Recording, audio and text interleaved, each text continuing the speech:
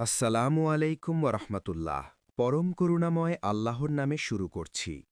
প্রিয় দর্শক, মহাপ্রলয় বা কিয়ামত প্রতিটি মুমিনের বিশ্বাসের অবিচ্ছেদ্য অংশ। কিয়ামত কখন হবে তা একমাত্র আল্লাহ তাআলাই জানেন। তবে নবী করিম সাল্লাল্লাহু আলাইহি ওয়াসাল্লাম আমাদের জন্য কিছু স্পষ্ট লক্ষণ বা আলামত জানিয়ে দিয়ে গেছেন। আজ আমরা আলোচনা করব কিয়ামতের সেই 10টি বড় আলামত সম্পর্কে, যা প্রকাশ পাওয়ার পর তওবার দরজা বন্ধ হয়ে যাবে। চলুন তাহলে শুরু করি। ১. ইমাম মাহদির আগমন। কিয়ামতের প্রথম বড় লক্ষণ হল হজরত ইমাম মাহদির আত্মপ্রকাশ।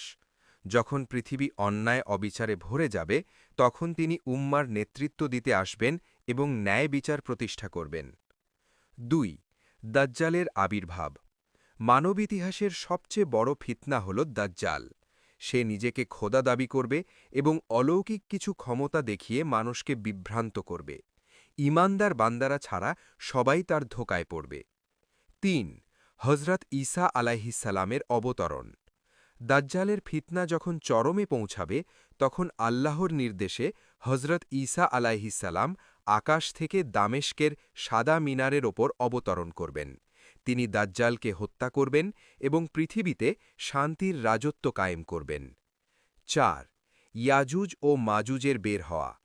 এটি একটি বিশৃঙ্খল জাতি, যারা বর্তমানে একটি দেয়ালে বন্দী আছে। কিয়ামতের আগে তারা সেই দেয়াল ভেঙে বেরিয়ে আসবে এবং পৃথিবীতে বিপর্যয় সৃষ্টি করবে। ৫. ৩টি বিশাল ভূমিধ্বস।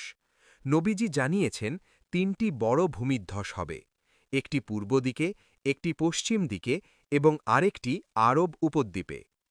৬. ধোঁয়া বা দুখান।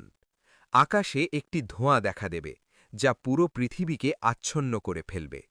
এটি মুমিনদের জন্য হালকা সর্দি কাশির মতো হবে, কিন্তু কাফিরদের জন্য হবে যন্ত্রণাদায়ক। ৭. দাব্বাতুল আর্দ।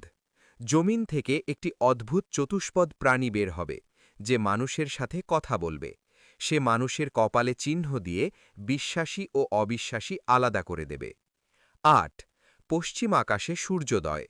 এটি কিয়ামতের অন্যতম বড় এবং চূড়ান্ত লক্ষণ। সেদিন সূর্য পূর্ব দিকের বদলে পশ্চিম দিক থেকে উদিত হবে। এরপর আর কারো তওবা কবুল হবে না। ৯. ইয়েমেন থেকে আগুন নির্গত হওয়া। ইয়েমেনের এডেন নামক স্থান থেকে এক বিশাল আগুন বের হবে, যা মানুষকে হাসরের ময়দানের দিকে তাড়িয়ে নিয়ে যাবে। ১০. পবিত্র কোরআন তুলে নেওয়া ও কাবা ধ্বংস হওয়া। শেষ সময়ে মানুষের অন্তর থেকে কোরআনের আয়াত এবং পৃথিবী থেকে কোরআনের পাণ্ডুলিপি তুলে নেওয়া হবে। এর পাশাপাশি কাবা শরীফও ধ্বংস করা হবে। আল্লাহ তাআলা আমাদের সবাইকে কিয়ামতের ভয়াবহ ফিতনা থেকে রক্ষা করুন এবং ঈমানের সাথে মৃত্যু নসিব করুন। আমিন। ভিডিওটি ভালো লাগলে শেয়ার করে অন্যদের জানার সুযোগ করে দিন। আজ এ পর্যন্তই, দেখা হবে পরবর্তী ভিডিওতে। সবাই ভালো থাকবেন, সুস্থ থাকবেন। আসসালামু আলাইকুম ওয়া রাহমাতুল্লাহ।